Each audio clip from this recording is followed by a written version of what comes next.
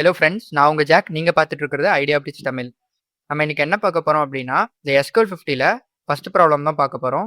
இந்த first problem என்ன அப்படின்னா, recyclable and low fact products அப்படிங்கிற இந்த ப்ராப்ளம் தான். சரி, ஓகே. நம்ம இந்த கொஷினோட டெஃபினிஷன் பார்த்துடலாம். ஸோ இதுதான் வந்து கொஷின். கொஷினில் என்ன சொல்லியிருக்காங்க அப்படின்னா வந்து, ஒரு ப்ராடக்ட் டேபிள் வந்து நம்மளுக்கு கொடுத்துருக்காங்க.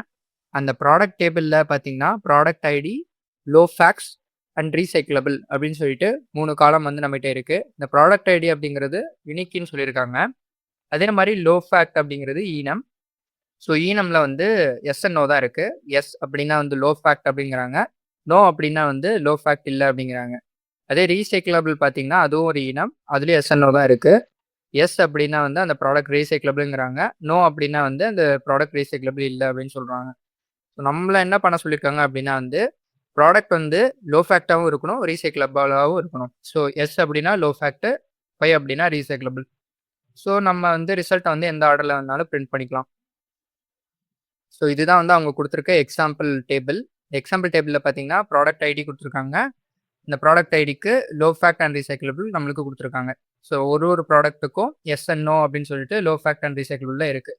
அவுட்புட் பார்த்தீங்கன்னா ப்ராடக்ட் ஐடி எந்தெந்த ப்ராடக்ட் ஐடிலாம் லோ ஃபேக்டாகவும் ரீசைக்கிளபிளாகவும் இருக்கோ அதுதான். ஓகே ஃப்ரெண்ட்ஸ், நம்ம இப்போ ப்ராப்ளம் சால்வ் பண்ண ஸ்டார்ட் பண்ணிடலாம்.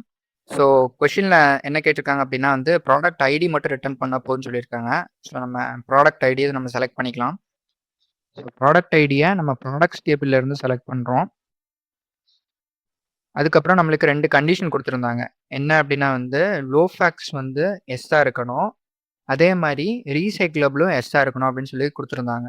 ஸோ அதனால் நம்ம என்ன பண்ணுறோம் அப்படின்னா, where low facts is equal to y அப்படின்னு போட்டுட்டு அண்ட் ரீசைக்கிளபிள் ஈக்குவல் டு ஒய்ன்னு போட்டிருக்கோம்.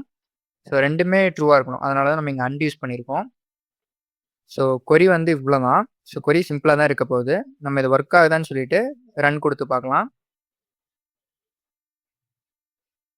ரன் கொடுத்தீங்கன்னா ரன்னில் இருக்க டெஸ்ட் கேஸ் எல்லாமே பாஸ் ஆயிடுச்சு. நம்ம சப்மிட் பண்ணி எல்லா டெஸ்ட் கேஸும் பாஸ் ஆகுதான்னு செக் பண்ணுவோம்.